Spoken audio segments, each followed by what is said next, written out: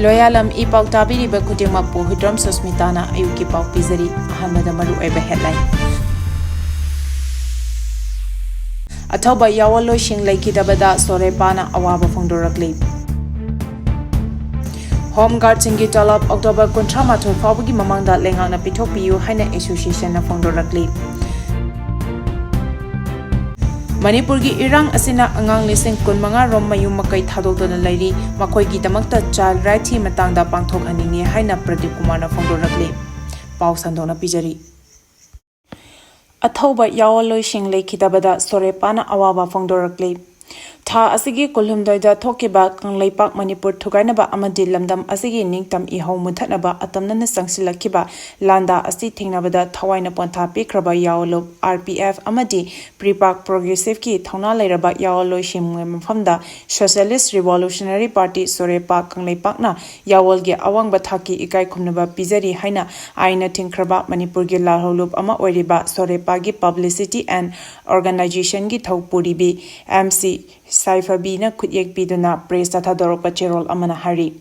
Press Tathadorok Pacherol Asina Hai, Tauna Leraba Katopana Mang Thaduna Thawai Katkraba Athouba Singh, RPF Ki Lanmi, Shanglup PLA Gi Marup, Captain Oinam Gulu Elias Babu, Apopa Oinam Kunjo, Apopi Oinam Ongbi Pisak Jiribang Kadamatla. Prepak Progi Fingang Lanmi Captain Wahengbam Sopaiba Elias Sarat Kumar Apopa, Wahengbam Deba Apopi Wahengbam Ongbi Memcha Hyanglam Awang Lekai Amati Lance Corporal Nongmaitem Nongton Alas Bonisna Apokpa and Razu Apopi Nongmaitem Ongbi Sangita Wangkai Angom Lekai gi mafamda Yawolgi Ikai Kumnaba Pizabaga Loinana Yawolo Shing Asigi Imung Manung Nanang Horiba Awaba Dasu Saruk Yazari. Makoigi Katopang Ngambagi Thona Aduna Yawoloi Pumnamakta Achoba Thona Ama Piram Labani Haina Fongdokrakli. Athouba Singh Asigi Thona Aduna Miyamda Amadi Ning Tambanga Nabagi Achongba Lanthing Amagi Tarangaba Khudam Ama Oina Piram Lagani. Yawoloi Ekoigi Thodangdi Hayengi Mirolgi Damak Ngasi Ekoina Kathoktona Hanba Leitaba Apunbagi Lanthing Jongshinaba Pauzal Piram Lagani Haina Fongdokrakli. Home Guard Singi Tolop October Contramato Fawagi Mamangda Lengana Pitopiu Haina Association na Fongdokrakli. Home Guard Singi Panduna Leriba Fangfam Topa Thagi Senfam Ningol Chakoban Nangnaba Tha Asigi Contramato Fawagi Manungda Pitopiu Haina All Manipur Home Guard Employee Welfare Association Gi President Yanglem Mangina Fongdokrakli. Ngarang Imphal East Ki Manung Channel Laiba Home Guard Luwang Shangda Leiba MHGEWA gi officer lakadoriba kumja listing ani kun mangagi calendar fongbagi thawramga mari lenana Yanglem Mangina makha taraduna hai. Home Guard Singna State Force Singa Cham Manana Thodang Loduna Lakli. Handak Pangthokiba Lenga ki Cabinet Lokiba Warep Amagi Matung Ina Manipur Lenga ki Loishang Sing Ningol Chakobagi Mamangda Thagi Fongfam Thopa Talab ki Senfam Sing Pitokani Haikibagi Matung Ina MHGEWA Nasu Lengakta Home Guard Sing Su Ningol Chakoba Mamangda Pitopina Bahizakibani. Lenga no Home Guard Singi Panduna Leriba Fongfam Thopa Talab ki Selfam Asi. Tha asigi Contramathoi Fawagi Manungda Pitoktaba Tarabadi Home Guard Singnasu Waroba Lakani. Home Guard Singnasu Masagi Tokfam Topa Mathau Ningtina Tobiyu. Ngarang Fongliba Calendar Asi Miyamda Yoluna Banate. Home Guard Lising Ani Rom Leriba Asina Makoina Lebak Asigi Damak Loramba Thodang Adu Tungda Lehoriba Mirola Sakang Nabagi Damak Fongmani Haiki. Apunba Sanamahi Pakangba Lining Loop Kangaboke Kunmanga Suba Lupa Pudoma Thoram Pangtokre. Apunba Sanamahi Pakangba Lining Loop Kangabok ki Chahi Lukun Manga Mapung Farakpagi Lupa Pudongagi Thoram Ngarang Kangabok Part 2 Mayalikai Daleba Imoinu Sanglen da Pangtokre. Thoramgi Saruk Ama Oina Ngarang Mitunglen Singna Salai Taret ki Pafal Chingkat Pikibaga Loinana Loop Asigi Leikhidabada Thomi Singi Photo da Leishu Katuna Ikai Khumnaba Utke. Tongan mafam dagi lakpa lining laishonge akhang ai lamjin lamtakpa kayana sanamahi pakhambagi matangda sandokna wafam kaya miyamda tahankhi. Loop adugi souvenir amasu ngarangi mitung lensingna Fongdokpaga loinana secretary gi report chu miyamda thamkhi. Loinana sanamahi pakhangba amadi loop adugi damak thawai haksang yauna honarakiba miyoi kayandasu lengyan fi khudol tamduna ikai khumnabasu utkhi. Manipur gi irang asena angang lising kun manga rom mayum makai thadokdona leiri makhoi damakta child rights ki matangda pangthok haningi haina Pradeep Kumar na Fongdokrakli. Lamdam asida hauzik chathariba irang asida angang singi awaba khodong thiba kaya social media kaya da uba fangli. Masimak tasengna taubiroidaba lo na yadaba amani. Angangsing haibasi chawba mapung fadriba amani makhoi asi layengba matamdasu araiba oide haina Manipur Commission for Protection of Child Rights ki chairperson Kaisam Pradeep Kumar na Fongdokrakli. Wafam asi matam sangna E-PAO gi lamda leramba Leikhidabada journalist Khelen Thokchonggi Humphumari suba mapok kumonga mari lenena numit ni chathagadaba media workshop ama ngarang Manipur Press Club ki lokta khwalda khudopagi thoramda mahakna Fongdokhibani. Mahakna makhatana hai asigumba angangsing asigi reporting tawba matamda orphan haiba wahi sizinaba asina angangsingda ka hena thamoi shokhanabagi machak ama oiri. Karigumba angang amagi afawa thabak tawrabasu madu achumba lambida tawbiyu hairaduna Manipur gi phibam asina angang lising kunmanga rom mayum makai thadoktuna leiri. Makoi gidamak child rights ki matangdasu khananenaba pangthok haningbagi apamba Fongdokhi. Marak thatna Mahekol Rhymes Teachers Training Center Manipur gi Unit A Pangantabi gi Anoba Fort Best Training Course chaliba chahi asigi December gi tang ani ningthokaba numit asidagi class hozaragani. Maram asina MRTTC Pangantabi da lakpiduna training form lobiranaba nolukna khanghanjari.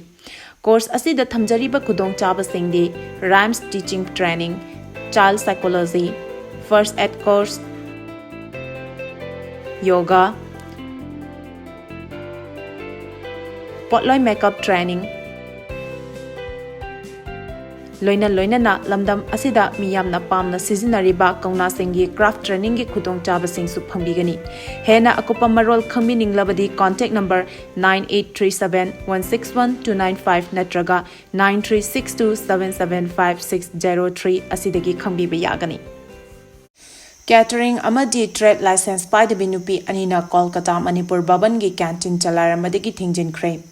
Manipur Lengaki General Administration gi makhada Kuntaruk Roland Kolkata da 700020 da leriba Manipur Bhavan gi canteen asi catering license amadi trade license by the binupi anina chalaiduna leri haina Pauche asina haukiba October 19 da Marik Chumba Pau iduna Manipur Lengak amadi miyamda khangan khraba matungda Manipur Lengaki ZAD amadi maikaidigi mari lenaba officer sing thaduna Kolkata Manipur Bhavan gi hozik oriba canteen gi phibam hakthengna na yengsin khibagi matung ina Bhavan asida catering amadi trade license nupi anina chalaiduna leiramle haiba asi khangkibaga loinana canteen asi hozik thingjinduna thamkhre hari.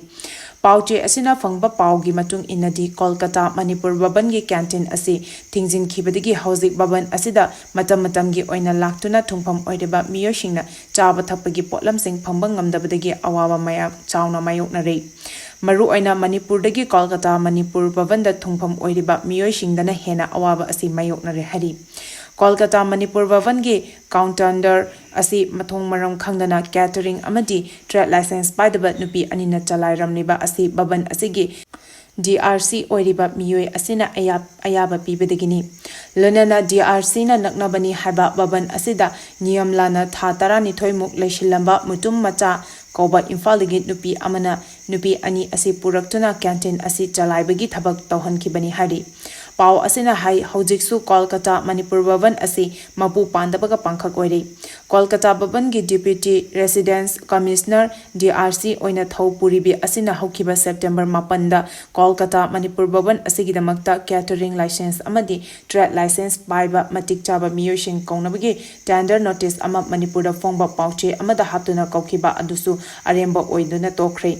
Ngasi fawo matik chaba catering service taunaba miyoi khanba ngamdana legi. Matau karamna Manipur Kolkata Bhavan gi catering service taunaba matik chaba miyosing pauche da notice thoktuna kaukiba adu karigi damakta aremba oikibano habidu hozik chapchana khambangamdri. Pauche asiga praja section kayadagi Fongdokrakpa matung inadi hozik Kolkata Manipur Bhavan gi canteen asi thonglonduna lairi. Rakesh Naurem amuk hana Best Short Film Director Award lauthorakpada yaurakle.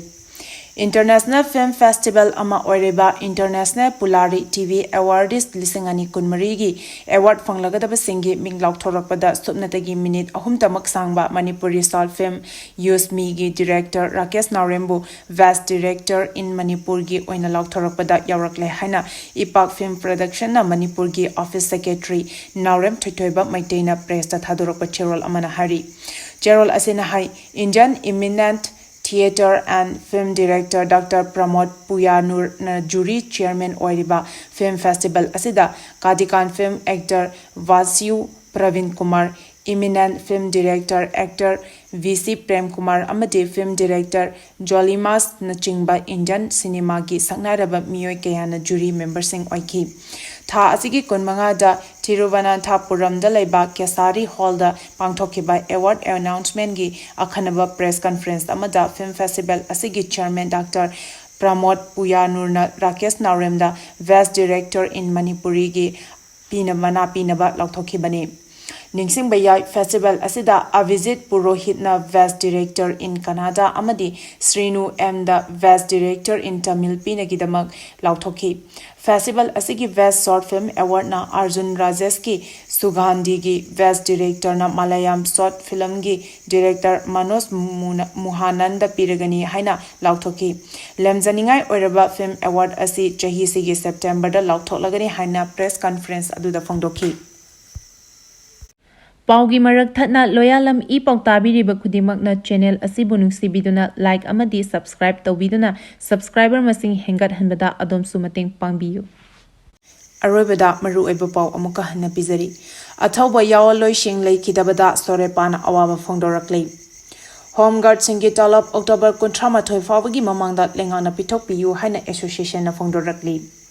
Manipuri irang asina angang lising kunmanga rom ayu makai thadokuna leiri makoi damakta child rights ki matangda pangthokhaningi haina Pradeep Kumar na Fongdokrakli. Matang asida ayuki pau piber loijare Loyalam E-PAO tabiriba khudimakpu amuka hanna khurumjari.